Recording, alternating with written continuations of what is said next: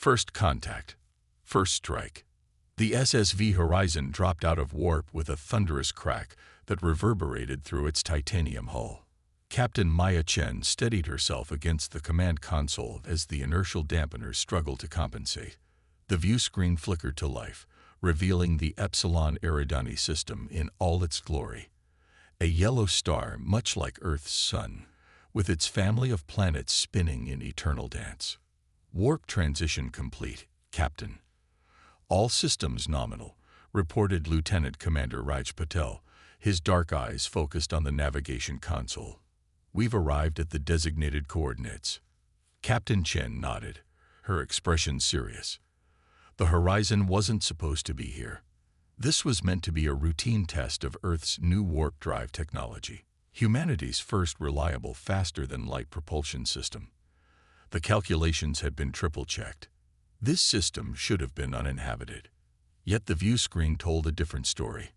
Magnify Sector 3, Chen ordered, her voice calm despite the adrenaline surging through her veins. The screen zoomed in on distant flashes of light that could only be weapons fire.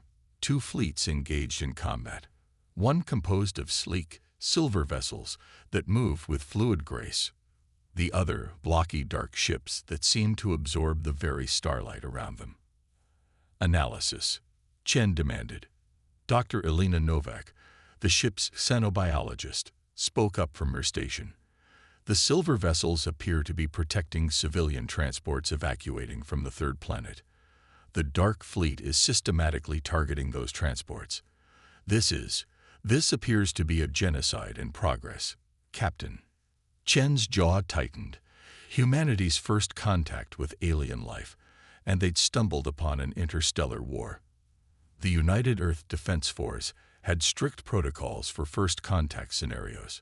Observe, report, do not interfere.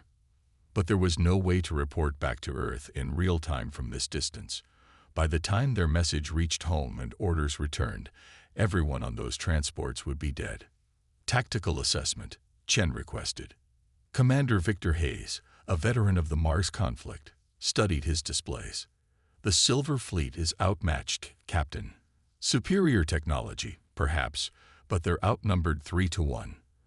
Their ships are designed for speed and maneuverability, not warfare. They won't last another hour. Chen paced the bridge, her mind racing. The Horizon was an experimental warship, the first of its kind built after humanity had finally united under the United Earth government.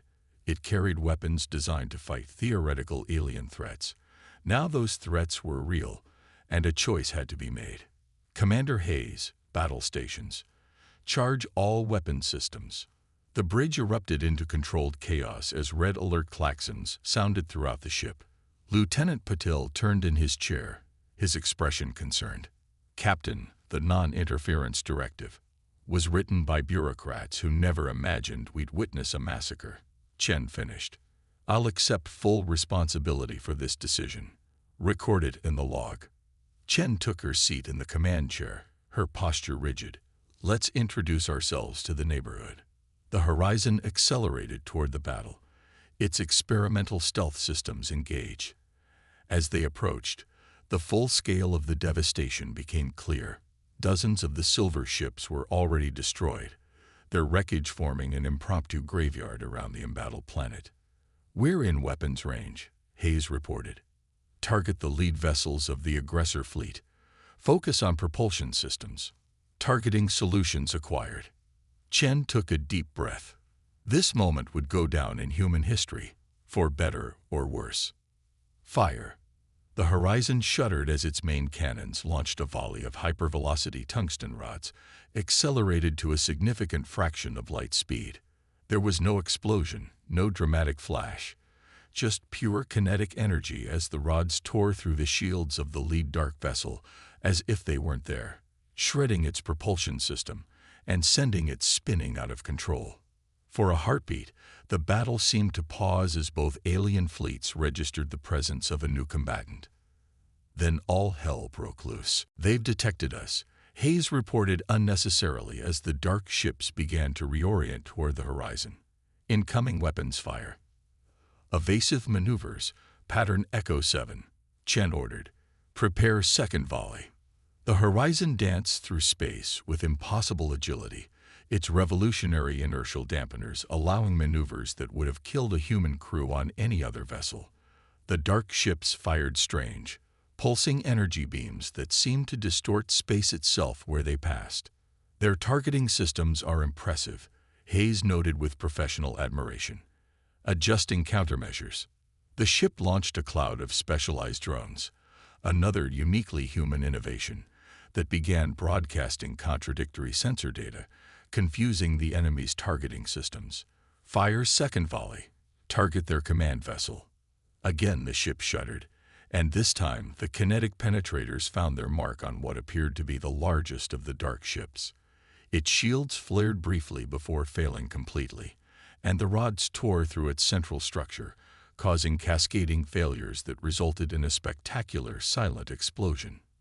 The silver vessels are regrouping, Dr. Novik reported with surprise. They're forming a defensive perimeter around their evacuation ships.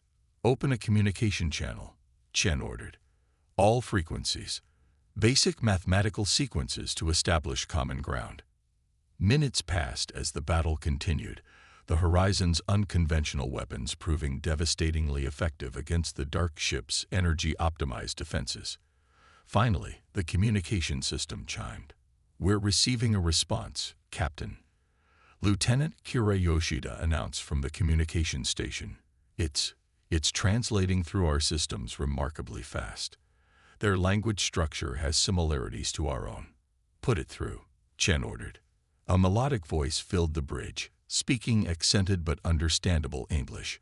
Unknown vessel, this is Guardian Thera of the Lumina Collective. Your intervention is unexpected but appreciated. Who are you, and why have you come to our aid? Chen straightened in her chair. This is Captain Maya Chen of the United Earth Defense Force vessel Horizon. We observed your people under attack and chose to intervene. We couldn't stand by and watch innocent lives be extinguished. There was a pause before the response came. Humans? Earth. These designations are not in our database. How is it you speak our language? We don't, Yoshida whispered to Chen. Our universal translator is extrapolating from the mathematical sequences. It's unprecedented how quickly it's adapting. Chen nodded before responding. We're new to interstellar travel. Guardian Thera. This was meant to be a test flight of our warp technology. As for understanding each other, we have translation technology. Another pause. The Voidborn are regrouping. They will return with reinforcements. You should not have interfered, humans. Now you two will be marked for extermination. Chen's expression hardened. That's a risk we were willing to take. Can your ships make it to safety if we cover your retreat? No. Our homeworld is that planet they are blockading. We have nowhere to go, and our vessels are too damaged for long-range travel. Chen made a quick decision. Guardian Thera, we have medical facilities aboard our vessel. We can take on survivors and wounded. The response was immediate and wary. You would bring aliens aboard your ship. Why would you risk such a thing for strangers? Because that's what humans do, Chen replied simply. We help when we can. There was a long silence before Thera responded. We accept your offer, Captain Chen. Our most damaged vessel will approach. The next hour was a flurry of activity as the Horizon's crew prepared to receive their first alien visitors. The ship's medical bay was reconfigured based on scans of Luminae physiology, and security protocols were established. When the airlock finally opened, Shen found herself face to face with the Luminae. They were humanoid, but their skin shimmered with an inner light that pulsed with their emotions. Their eyes were large and entirely silver, with no visible pupils or irises, yet somehow conveyed profound emotion. Guardian Thera stepped forward, her skin glowing with a warm golden light. Captain, your assistance is unprecedented in our experience. Chen extended her hand, then realized the gesture might be meaningless or even threatening to the alien. She began to withdraw, but Thera reached out and mimicked the handshake. We learned quickly, the Guardian said with what might have been a smile. We must, to survive the Voidborn. Tell me about them, Chen said as they walked toward the conference room. Why are they attacking your people? The Voidborn are consumers of energy, all energy, including the bioelectric fields generated by living beings. They consume life itself, leaving only empty husks behind. They've been systematically harvesting worlds for millennia. Chen felt a chill run down her spine. Humanity's first contact with alien life, and they'd stumbled into an existential war. How have your people survived? We hide. We run. Our technology focuses on stealth and healing rather than warfare. This attack caught us unprepared. They found our homeworld despite our precautions. They reached the conference room, where several officers waited along with medical personnel attending to injured Lumine. Your weapons, Thera continued, they penetrated the Voidborn shields effortlessly. How? Hayes spoke up. Their shields are designed to repel energy weapons. Our kinetic penetrators carry no energy signature. They're just very dense objects moving very fast. Thera's skin pulsed with a vibrant purple. Such a simple solution. We abandoned physical projectiles ages ago, considering them primitive. Humans have a habit of holding onto primitive solutions, Chen said with a slight smile. We find they often work when newer technologies fail. The ship's alarm suddenly blared, and Paddle's voice came over the intercom. Captain, to the bridge. The Voidborn are returning with reinforcements. Chen and Thera rushed to the bridge to find a horrifying sight on the view screen. Where before there had been perhaps 20 dark ships, now there were over 100, arranged in a perfect spherical formation that seemed to bend light around it. Analysis, Chen demanded. They've adapted their shields, Hayes reported grimly. They're now generating overlapping fields that would slow our penetrators enough to render them ineffective. Chen turned to Thera. Any suggestions? The Guardian's skin had faded to a dull gray. We should surrender. Perhaps they will spare some of us for study. That's not happening, Chen said firmly.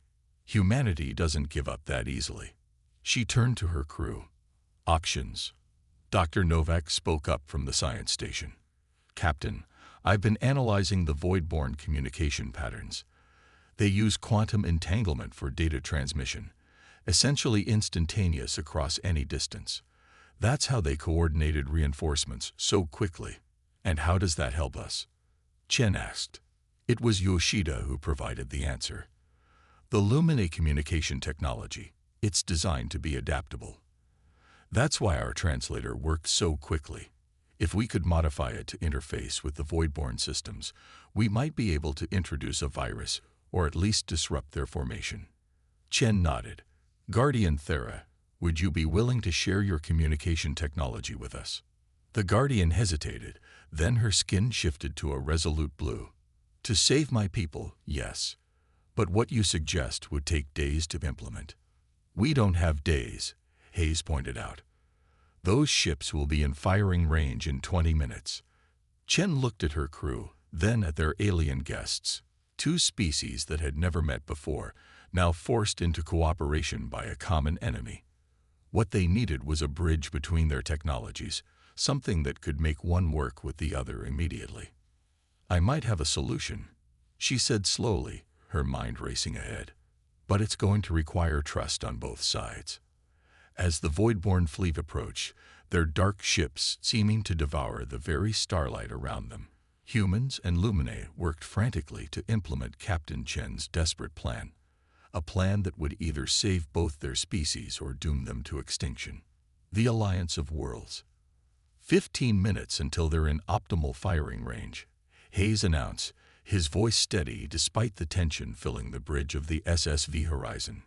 Captain Maya Chen studied the tactical display showing the approaching Voidborn fleet, 100 dark vessels arranged in a perfect spherical formation, seeming to bend and distort the very fabric of space around them. Status on our modifications, she asked, turning to where Lieutenant Yoshida was working alongside 3 Lumine technicians, their skin flickering between anxious orange and focused blue as they integrated their communication technology with the human systems. It's not going to be pretty, Captain, Yoshida replied, wiping sweat from her brow. We're basically forcing two completely different technological paradigms to work together with duct tape and prayer. Can you make it work? Yoshida exchanged glances with Guardian Thera, who flashed a determined purple. Yes, but there's a catch. The interface requires a direct neural connection. Someone needs to physically link with the system. Chen frowned. And the risks? Unknown. Dr. Novik cut in. This is completely uncharted territory. The neural load could be significant. I'll do it, Chen said immediately. Hayes stepped forward. Captain, with respect, the ship needs you in command. I volunteer. Before Chen could respond, Thera's skin pulsed with resolve. No, it must be one of each, a human and a Lumine, working in tandem. Our neurological structures are complementary. Together, we might withstand what neither could alone. Chen looked at the Guardian, understanding the implications. You and me.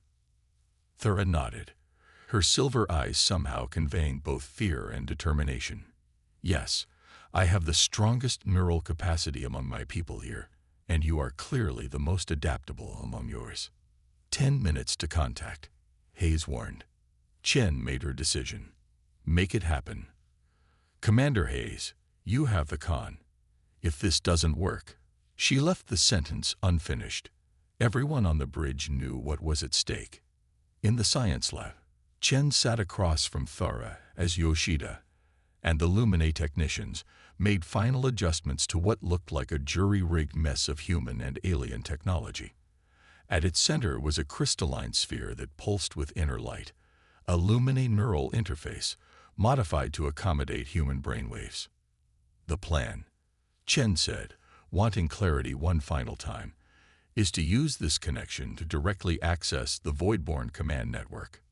Yes, Thera confirmed.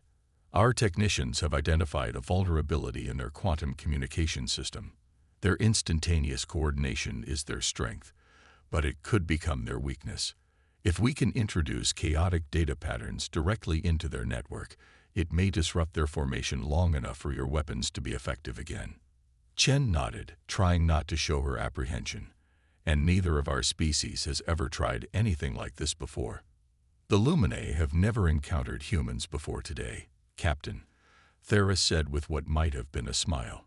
But based on what I've seen, your species excels at attempting the impossible. 5 minutes, came Hayes' voice over the comm. Yoshida looked up from her work. It's ready, Captain. As ready as it's going to be. Chen and Thera each placed a hand on the crystalline sphere. Immediately, Chen felt a tingling sensation that quickly intensified into something more invasive, as if millions of microscopic fingers were probing her brain. Neural link establishing, one of the Lumine technicians reported, their skin cycling through colors rapidly. Synchronization at 30%, 40%. The sensation grew stronger. Chen felt memories flickering through her consciousness, her childhood in New Beijing, her first day of the academy, the moment she took command of the horizon. But alongside her memories came others that weren't hers, strange landscapes under twin suns, cities built from crystal and light, faces of Lumine loved ones. Thera, she gasped. I'm here, came the Guardian's voice, but not through her ears, directly in her mind. We're merging, Captain. Don't fight it. Synchronization at 70%, the technician reported.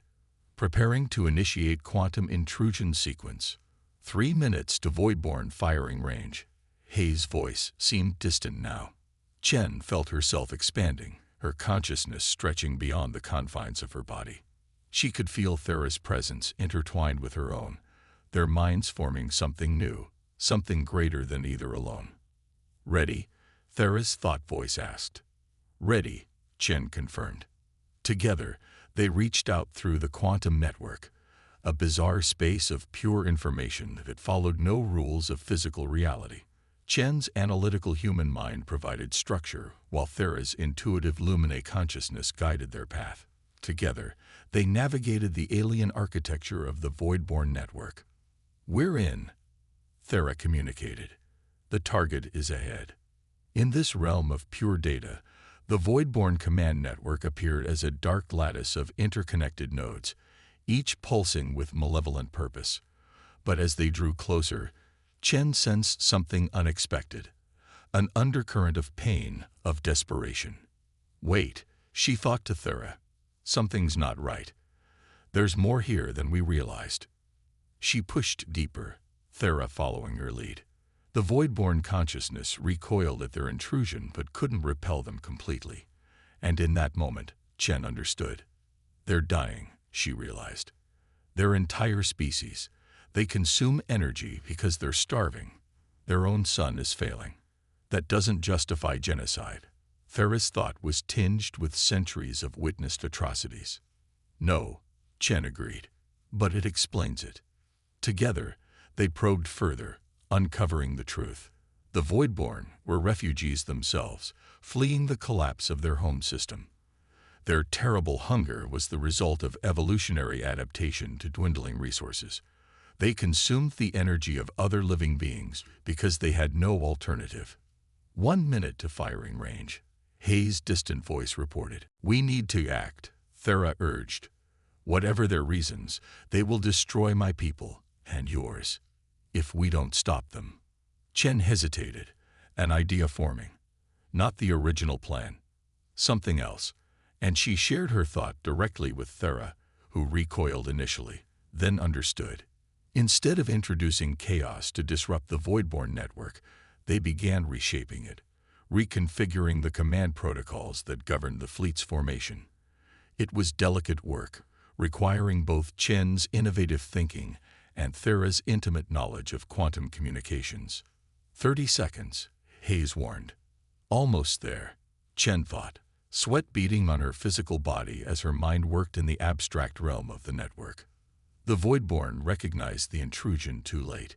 Chen felt their alien consciousness surge against hers, cold and hungry and ancient. But the combined strength of human and Lumine consciousness held firm. Now, Thera signaled. Together, they executed the final command sequence. Then they were violently ejected from the network, their consciousnesses snapping back into their physical bodies with enough force to throw them both backward. Chen gasped, disoriented. Did it work? Voidborn fleet is in firing range, Hayes reported tensely. There, Captain, they're changing formation. On the view screen, the perfect sphere of dark ships was unraveling, reforming into a new pattern, a wide, flat disk with openings at regular intervals. What did you do? Yoshida asked in amazement. Chen struggled to her feet, Thera doing the same beside her. We replaced their attack protocols with defense parameters. They think they're under attack from all sides. The formation. It leaves their propulsion systems vulnerable, Hayes finished, understanding immediately. Targeting solutions acquired. Fire, Chen ordered. The Horizon's main cannons launched another volley of kinetic penetrators. This time, without the overlapping shields of their spherical formation, the dark ships had no defense. One by one, their engines were disabled, leaving them adrift and powerless. The Lumine fleet is moving, Paddle reported. They're targeting the disabled Voidborn vessels. Open a channel to all ships, Chen ordered. When Yoshida nodded, she continued, This is Captain Chen. Guardian Thera and I have discovered something important about the Voidborn. They're refugees, driven to desperation by the death of their star. Their actions are inexcusable, but annihilation isn't the answer. She looked at Thera, who stepped forward. My people, the Guardian's voice rang out.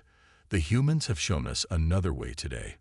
Not just how to fight, but when to stop fighting. The Voidborn can be contained without destruction.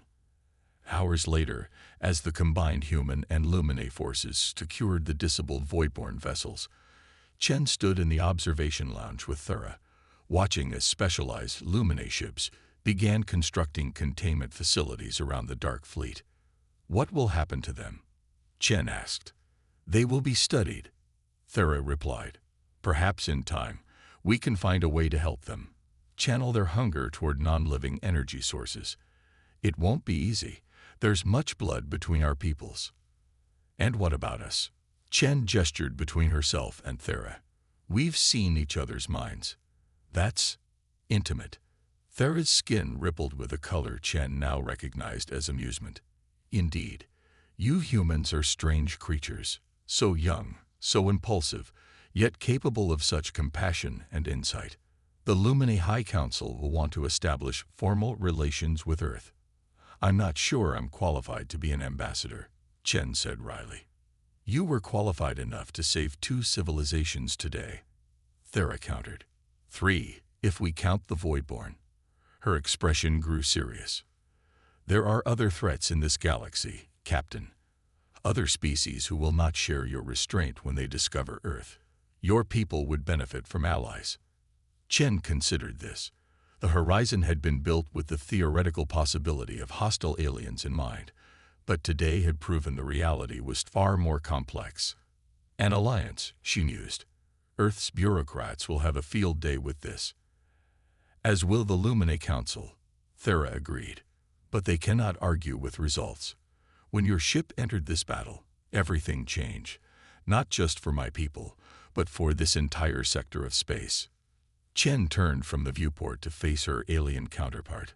Then let's make it official. On behalf of Earth, I extend the hand of friendship to the Lumine Collective. Thera took Chen's offered hand, her skin glowing with warm golden light. And on behalf of the collective, I accept. May this be the first of many such bonds between our peoples. As they shook hands, the first official diplomatic gesture between humanity and an alien civilization, a communication officer's voice came over the intercom. Captain, we're receiving transmissions from multiple sources in nearby systems. Word of the battle has spread. Other species are requesting contact. Chen and Thera exchanged looks of surprise, then understanding. The arrival of humans on the galactic stage had changed everything. The battlefield that had fallen silent when Earth's warship arrived was now giving way to something else. A forum, a meeting ground, perhaps even the foundation of something greater. It seems, Thera said with gentle humor, that Earth has announced itself to the galaxy in a rather dramatic fashion. Would you expect anything less from humans? Chen replied with a smile. The Guardian's skin pulsed with colors that Chen now recognized as joy. No, Captain. I'm beginning to understand that humans never do anything by half measures.